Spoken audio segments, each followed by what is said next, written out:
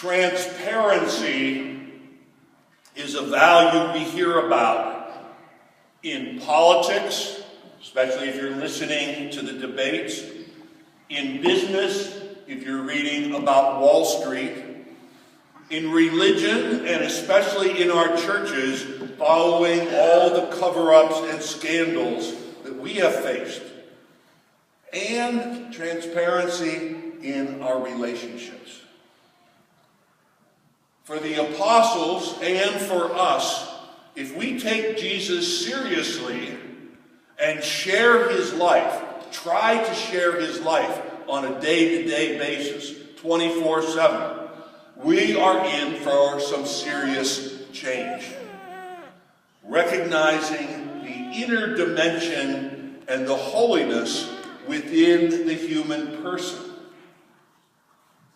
When the heart sees rightly, when the heart is transfigured and transformed by the Lord, not only do we see the presence of God in Jesus, but we will see the presence of God in others, and we will see the presence of God in ourselves. We become more and more transparent in reflecting that inner holiness, the integrity that is given to us, the holiness of God that shines through the human face. Now, our tendency, and the tendency of the apostles, is to only see with the short view, to keep and see things the way they are. We're very comfortable with the status quo. We're very comfortable with what we're used to. Bobby Kennedy, I always remember, saying, "Some people see things as they are and ask why.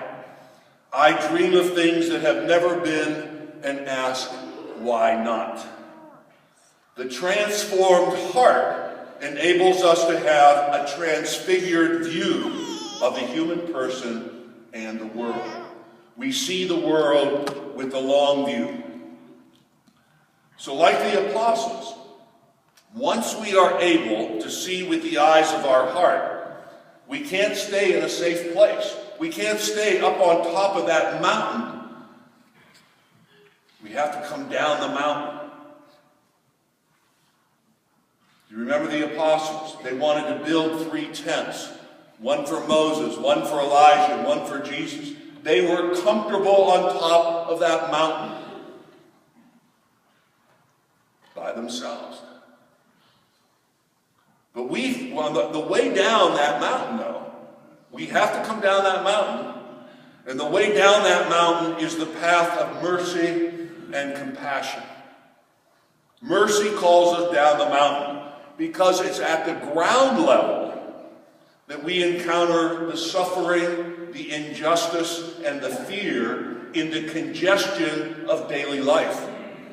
We don't experience that up on the mountain. We experience that in our day-to-day lives. And it's at the bottom of the mountain, at the crossroads of humanity, that we experience the weakness that we share, the vulnerability of life that we share. It's at these intersections that we hear the stories of people's lives, that we have to learn that people's lives do matter, all people's lives matter, and that people are struggling to make sense and meaning of life every single day. Now the temptation is to build our world, to set up our tents on that mountaintop, and live in what our Holy Father calls a culture of indifference. A culture of indifference. Dante's Inferno describes indifference in these terms: as a miserable way taken by the sorry souls who were not rebels nor faithful to their God, but stood apart. It's so easy to stand apart from this real world and from the ills and from the evil and from the struggles that go on in this real world. So easy to stand by and watch that all happen with that indifference.